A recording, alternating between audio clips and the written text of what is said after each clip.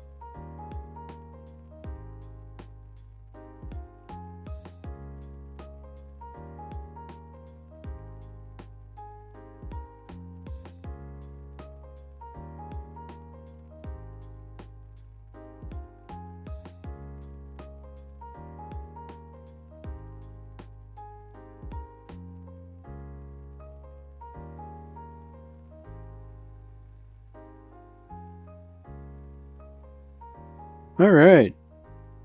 So this is an episode I've been looking forward to for quite a while. Basically ever since I read the chapter that comprised it. So this is, maybe it would be wrong to call it an ongoing theme, but, Yor is going to have to contend with a challenger for Lloyd's affection. You know, first it was Fiona, otherwise known as Agent... Oh, was it Midnight? I think that was her code name. You know, she thought she was a better match for Lloyd than Yor was, and she was proven wrong. And, this time around, you know, Becky, she's been watching, too many soap operas. And, oh dear. It's like she's dead set on this somehow working out in that sort of way that children don't understand how the real world works. You know, like her attendant here, you know, she's like, come on, don't commit adultery, but, I mean, I guess, the one thing everyone can sort of be happy about is that, like, there's no actual possibility that any trouble's going to come of this, you know, this is just a kid not understanding things. And, you know, Lloyd, the poor guy, he doesn't understand exactly what's going on, so he's only exacerbating things.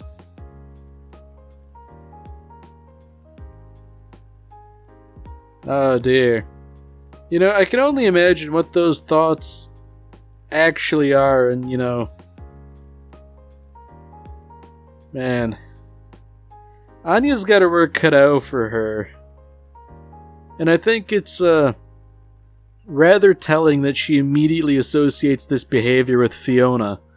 Like, that's not a charitable comparison.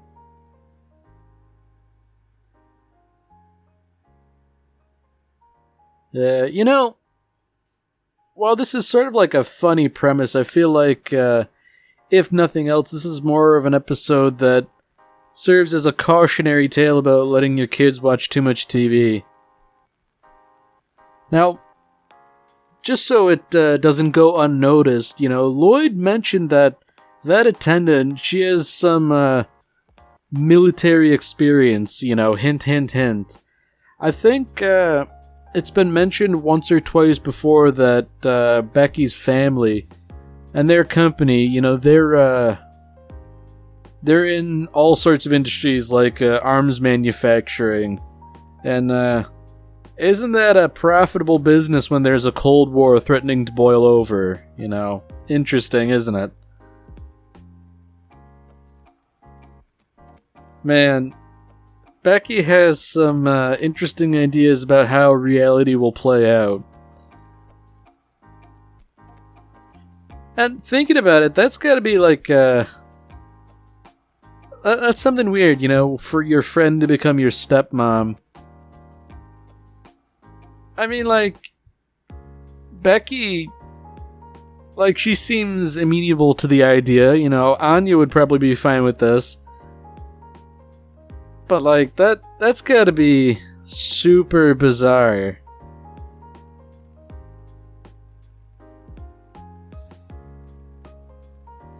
Yeah, like, I understand this is Becky's fantasy, but it doesn't bear thinking about, really. And I guess the worst part is, that Anya's actually considering this, like, maybe having Becky as a mother wouldn't be so bad. I mean, if nothing else, it would certainly be better than Fiona by a country mile.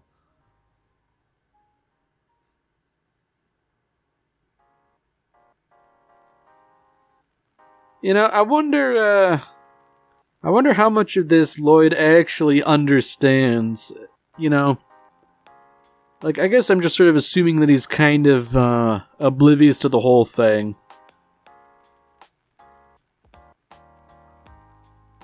Alright, so there we have Anya doing that smug face in the background. They really seem to like slipping that in here and there, because I don't think that expression shows up as frequently as it seems to in this adaptation.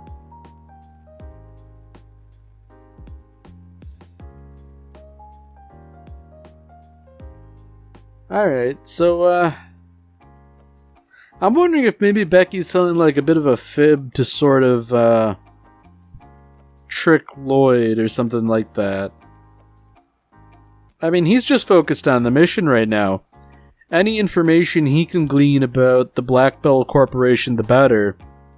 Especially given that, they're highly influential.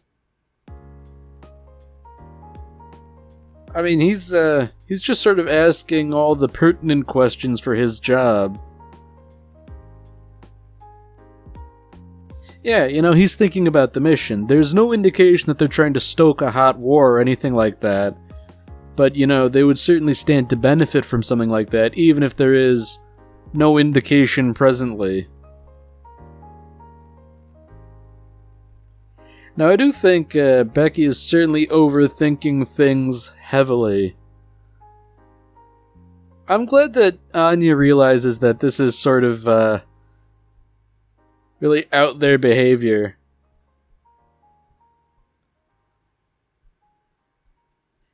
So this is the good part right here. This is nothing short of mental conflict. It's interesting that her demeanor has shifted so heavily. And I feel like if Yor were less than, I guess, her characteristic level of oblivious, this might be a bit of an issue.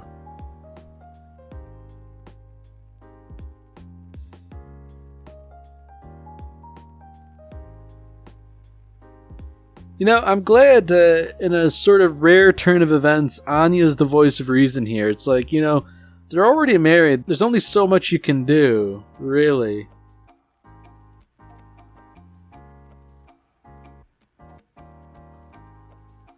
Yeah, like, watching Becky tray off all this stuff that you saw on TV, like, that's, like, it's meant to be kind of funny, but it is a little unsettling, too.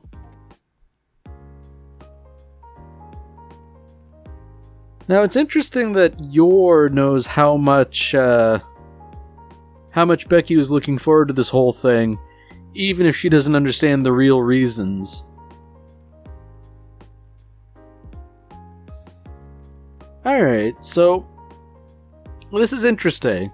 I'm wondering if maybe Yor suspects something and she's trying to, stir the pot a little bit. That's not like her, usually, but, you never know. Yuri is kind of cunning, too.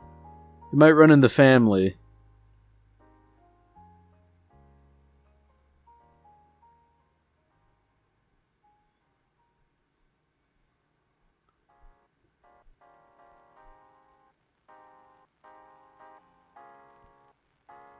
Alright, so once again, everybody's just sort of, everybody's sort of wrong, you know? Lloyd thinks he was prying too deeply and that a child wouldn't notice.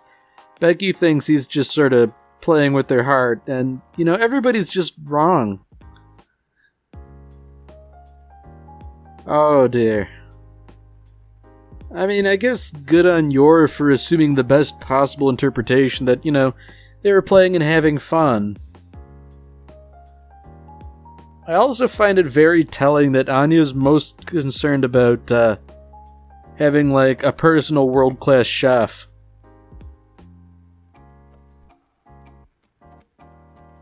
Yeah, you know, this is why you shouldn't let your kids watch soap operas. Like, that's definitely not something a kid should be doing. And I guess, worst of all, Yor being the culinary menace that she is, it's not entirely impossible that Becky could be telling the truth.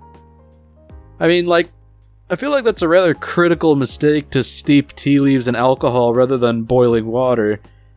But, you know, some alcohol looks like water, you know, how would you know, except for reading the label on the bottle?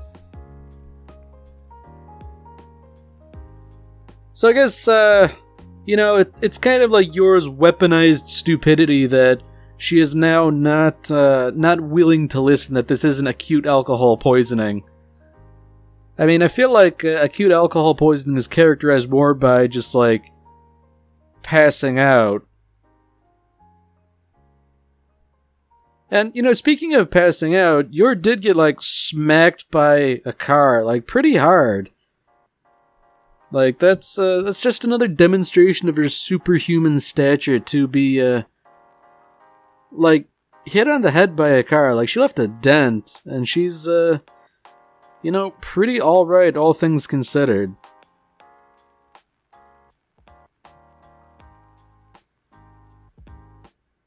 And, you know, it really does reflect well on her that she's not willing to scold Becky about this whole incident. You know, like, oh, thank God there's not, you know, a little kid dying of alcohol poisoning. You know, I guess all's well that ends well.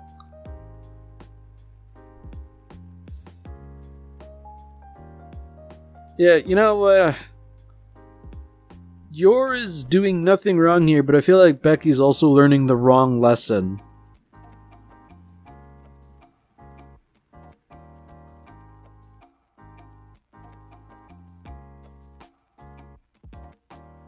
Alright, so I guess this is, reconciliation in a sense. You know, maybe Becky's realizing that you can't use figurative language with Yor, you have to speak literally.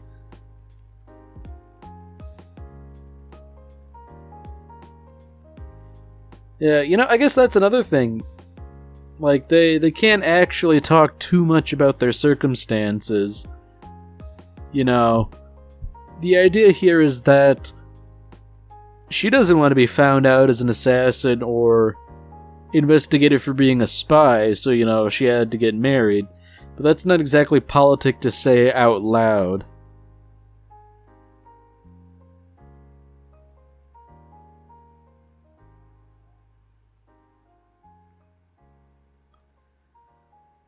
Okay, so, you know, she hasn't given up in the end. You know, she's sort of latched onto the idea that, Lloyd likes strong women, but, really, I don't think there's any universe where, like, a 6-year-old outperforms a grown adult. Much less, Yor. I mean, she's been shown to, like, shift cars by kicking them. Like, that's... I think that definitely borders on, like, you know, highly improbable or physically impossible for most people.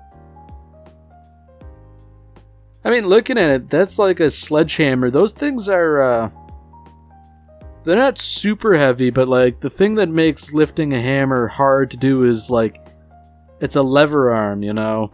Because, like, even if the head of the hammer only weighs, like, 5 pounds, you know, it's how you grip it that makes all the difference. Speaking of which, to just sort of swing it one-handed like, that's certainly no mean feat either.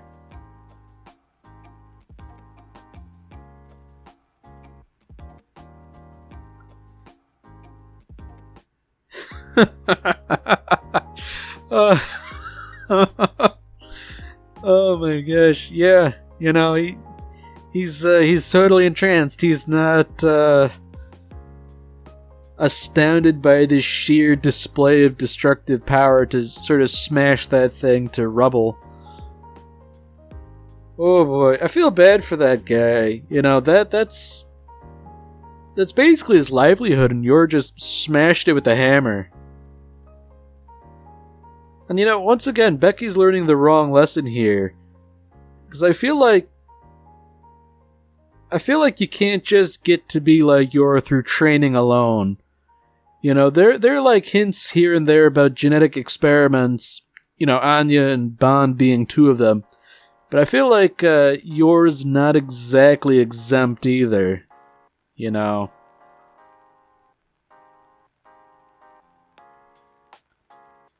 And so, you know, now they're learning martial arts. It's probably not going to end well, I'd imagine. And just in case we forget who else totally lost to Yor, we have Fiona. Nightfall, that was her code name. Okay.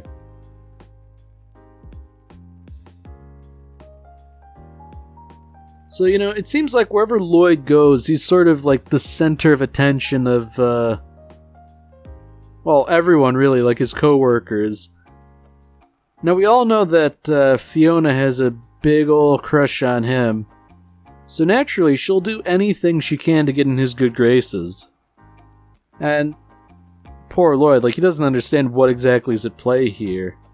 Naturally, he'll just think of her as a competent co-worker rather than a romantic interest.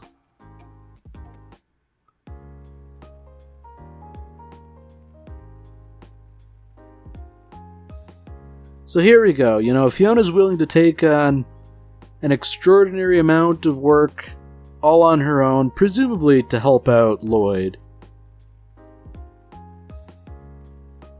You know, it's interesting that the handler's saying, like, you know, hey, I don't want to overwork you guys, even though it seems like that is kind of the case, mainly because there seems to be a shortage of field agents. But Fiona, at the very least, she's willing to overwork herself for Lloyd. You know, that's not nothing.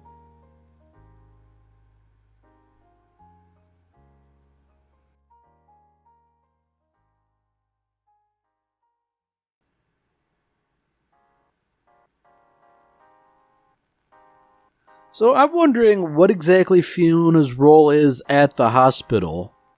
So it seems like she's sort of like an office worker or something like that.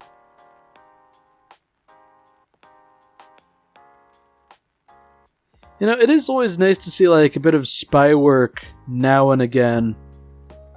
And I do think the sort of comparison between what Lloyd and Anya got up to on the boat and what Fiona was forced to do, you know, it kind of makes it seem like Lloyd's a bit of a crap out, you know, tending to children and all that, but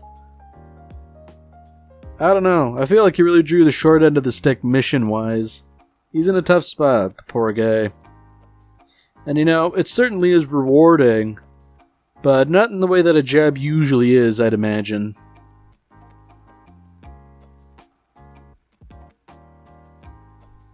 And you know what? I think, aside from just the point of comparison, I think this is a clever little way to reuse little bits of footage here and there to save budget, you know. I definitely applaud a clever reuse of footage.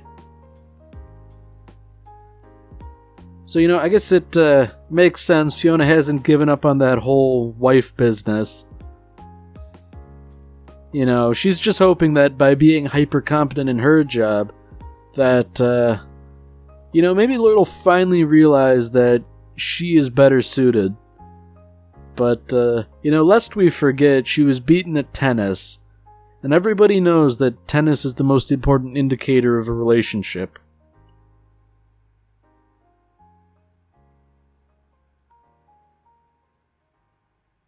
And I guess, not to put too fine a point on things, but as of this episode, the record now stands Yor 2 and Homewreckers 0.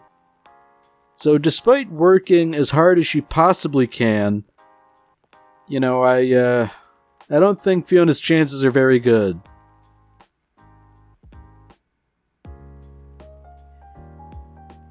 Yeah, I'm not sure I like this overlap of dialogue and internal monologue.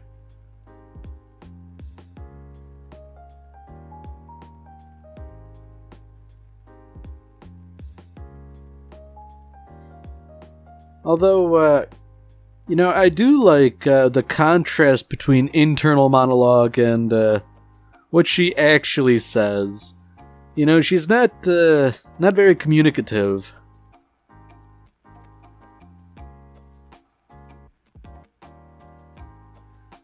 So I'm wondering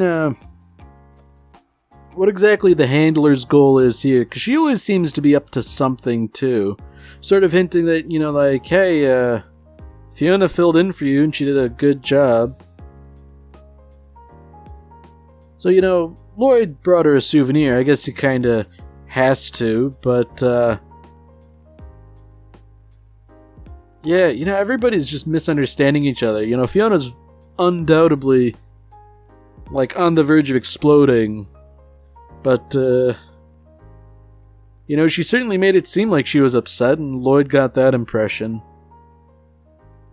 I can only imagine that it's some, little thing like that skeleton keychain, but no doubt she will treasure it.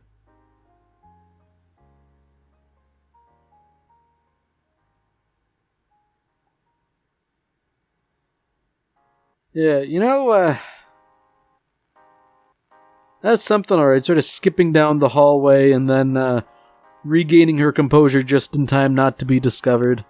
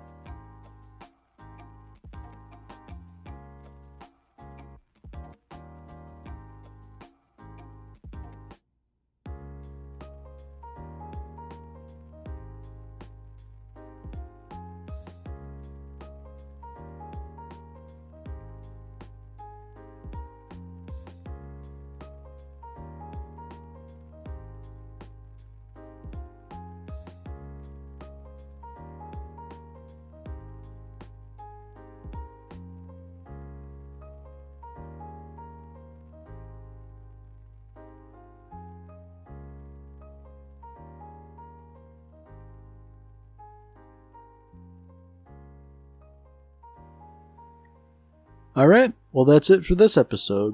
If you've enjoyed it, then by all means, tune in for the next one. See you, Space Cowboy.